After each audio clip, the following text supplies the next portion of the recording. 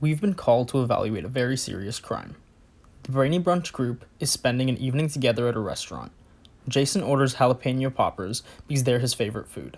A few seconds after they arrive, Chidi needs space to think and leaves the restaurant. The whole group tries to check on him and leaves the table.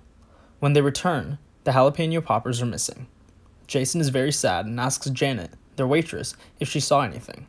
She claims that while she was running around, she saw someone wearing a Brainy Bunch sweatshirt scarfing the poppers down. The only problem is that everyone in the group has the sweatshirt, as they were a gift from Trevor.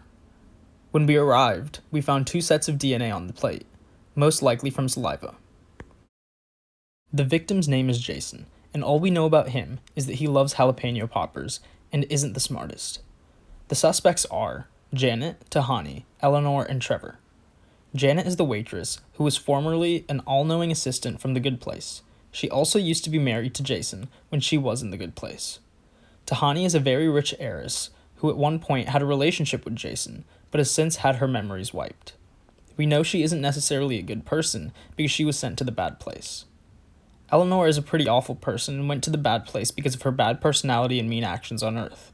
We know she likes junk food, and she absolutely does not want to be at the restaurant because Trevor bothers her. Trevor is a literal demon who's on Earth solely to break up the group. The 2 DNA samples were amplified for 2 VNTR loci on 2 separate gels.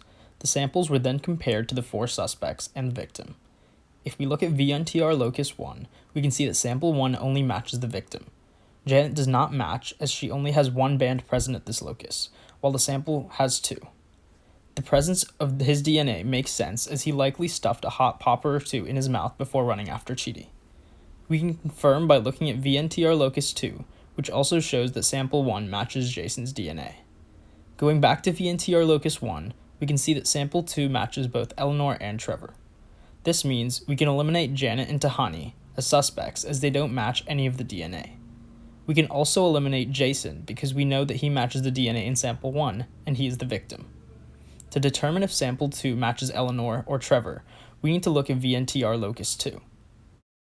We can already eliminate Jason, Janet, and Tahani, as we've already established that they are not the criminal. Using VNTR locus 2, we can see that Eleanor does not match either. The only match present is Trevor. Therefore, we can conclude that Trevor ate all the jalapeno poppers.